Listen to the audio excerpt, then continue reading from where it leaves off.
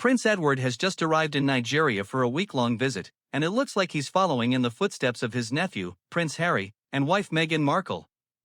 But here's the twist: while both visits focus on youth development, their approaches couldn't be more different. Let's dive into Prince Edward's trip to Lagos and Abuja, and how it compares to Harry and Meghan's more recent Nigerian tour. Prince Edward has touched down in Nigeria to lead a major youth gathering, bringing together nearly 200 young participants from over 50 countries for the Duke of Edinburgh's International Award Program. This isn't just any trip, it's a week-long itinerary packed with intense leadership programs, strategic meetings with ministers, and high-level engagements with Nigeria's president, Bola Tinubu. Edward's visit, running from November 17 to 23, aims to expand global access to the Duke of Edinburgh's award, which has seen a remarkable 37% increase in participation across West Africa in just the past year. His focus is on strengthening partnerships in non-formal education and engaging with key international development organizations. This is a serious, comprehensive program designed to create long-lasting impacts on youth leadership worldwide. But this isn't just about a single event in Nigeria. Prince Edward is also marking the Duke of Edinburgh's award's 70th anniversary next year, highlighting the program's incredible global reach. With 1.2 million young participants from over 130 countries, including strong involvement from Kenya and the UK, the program is celebrating its significant social value. This year, it's surpassed £1 billion in social value, thanks to the positive effects of volunteering, health improvements, and community cohesion.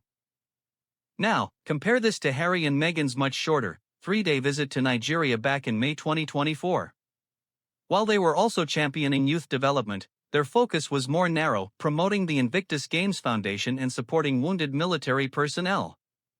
Invited by Nigeria's Chief of Defense Staff after the country joined the Invictus Community of Nations in 2022, the Sussexes trip was centered around mental health awareness, women's leadership, and sports empowerment. Unlike Prince Edward, whose program targets a broad scope of youth development with a long-term strategy, Harry and Meghan's visit had a more specific aim: to support the Invictus Games and highlight issues such as mental health and women's leadership in sports. Both royal trips were impactful in their own ways, but the scope and structure of Prince Edward's trip couldn't be more different. So, what's the takeaway here? While both Edward and the Sussexes are focused on youth development, their approaches highlight key differences. Prince Edward's week-long visit is comprehensive, involving deep discussions with government officials and development organizations, focused on creating lasting educational opportunities. On the other hand, Harry and Meghan's trip was more about promoting specific initiatives: sports, military mental health, and women's empowerment. This contrast between the two royal visits also highlights the different roles they've carved out for themselves post-royal life.